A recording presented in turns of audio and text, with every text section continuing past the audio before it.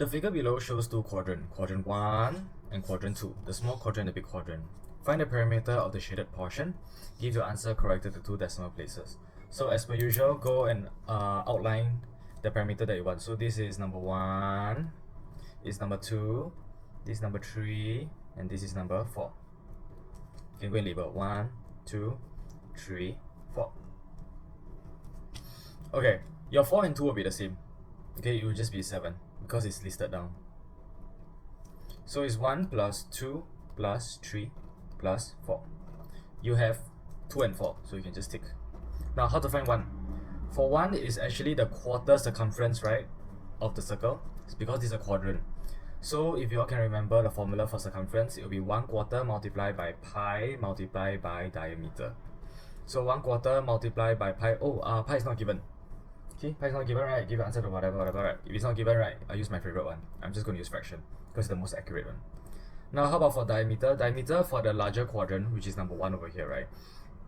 This plus this, which is 14 plus 7, is the radius. Okay, the diameter is 2 times of radius. So it will be 14 plus 7, which will give you 21, and 21 times 2, that will give us 42. So diameter will be 42. Okay, just throw this out your calculator. Okay, I'm just going to simplify to help you all. Okay, 7 divided by 1 will be 1. 42 divided by 7 will be 6. 4 divided by 2 will be 2. 22 divided by 2 will be 11. 2 divided by 2 will be 1. 6 divided by 2 will be 3. Okay, see, it will be a lot easier right now. Don't even need to use calculator. 1 times 11 times 3, 33. 1 times 1 times 1, don't need to write anything. Okay, so this will be Cn. Okay, done. How about number 2? Number 2 is even easier. Same thing, number 2 is a quadrant, the circumference of a quadrant, right?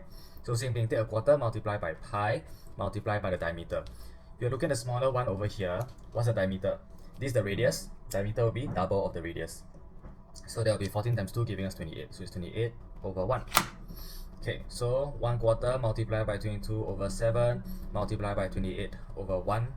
So, okay, 7 divided by 7 will be 1, 28 divided by 7 will be 4. Great, so 4 divided by 4 will be 1, 4 divided by 4 will be 1. So now it will just be 1 times 22 times 1, 1 times 1 times 1. Okay, so answer will be 22 cm. Okay, simple, right?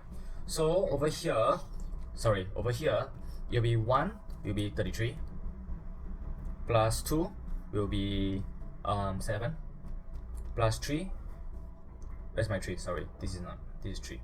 My 3 will be 22, and then plus 4 will be 7. So what's the final tally? So 33 plus 7 will be 40, 40 plus 4, 44, 44 plus 22, that will be 66 cm. Okay, this is the final answer. Why did he say give your answer corrected to 2 decimal place? If it's corrected to 2 decimal place, right, it means that your pi, right, should be 3.14. Okay, if you use 3.14 in your pi, right, you can go and try out by yourself. Instead of writing 22 over 7, you go write 3.14, right? And then here also go and write 3.14, your answer will definitely have decimal places. And then you have to go and correct it to 2 decimal places. Just that in this case, why they write 22 over 7 is because they did not specify, right?